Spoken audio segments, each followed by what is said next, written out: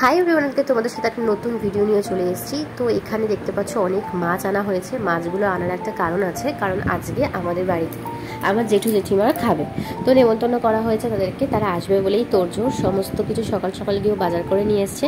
আর সেগুলি একটুখানি টুকটাক করে গুছিয়ে রাখার পালা চলছিল, কি কাটা হবে, রান্না করা হবে, সেগুলোই দেখছিলাম। আর এখানে ছিল বড় বড় পমফ্রেট মাছ, ইলিশ মাছ, চিংড়ি মাছ, নানা রকমের সবজি, অনেক কিছুই বাজার করা হয়েছিল।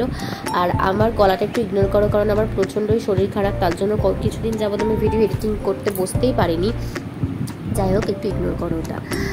আর তারপরে ইলিশ মাছ হওয়া মাত্রই ইলিশ মাছ ভাজা দিয়ে তার তেল দিয়ে ভাত খাবো না, এটা তো হতেই পারে না, কারণ আমার ইলিশ মাছ প্রচণ্ড পছন্দের। তো খাওয়া দাওয়া করে রান্নার তোড়জোড় করতে করতে দেখতে দেখতে সবাই চলে এসেছিল।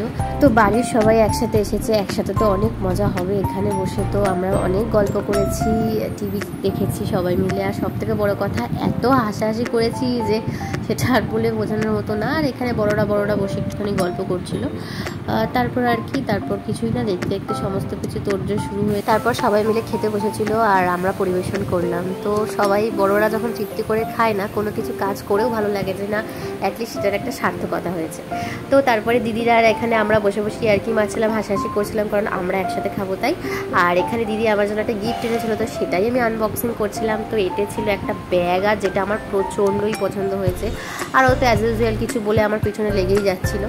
আর যাই হোক, তো এই ছিল একটা ব্লগ যেটা আমি তোমাদের সাথে শেয়ার করলাম, কারণ আমার লাইফের ছোটোখাটো ঘটনাগুলো আমি তোমাদের সাথে শেয়ার করেই থাকি, যেটা আমারও খুব ভালো লাগে। আর তোমাদের ব্লগগুলো কেমন লাগছে জানাতে অবশ্যই ভুলো না। তো নেক্সট ব্লগে আবার দেখা হচ্ছে।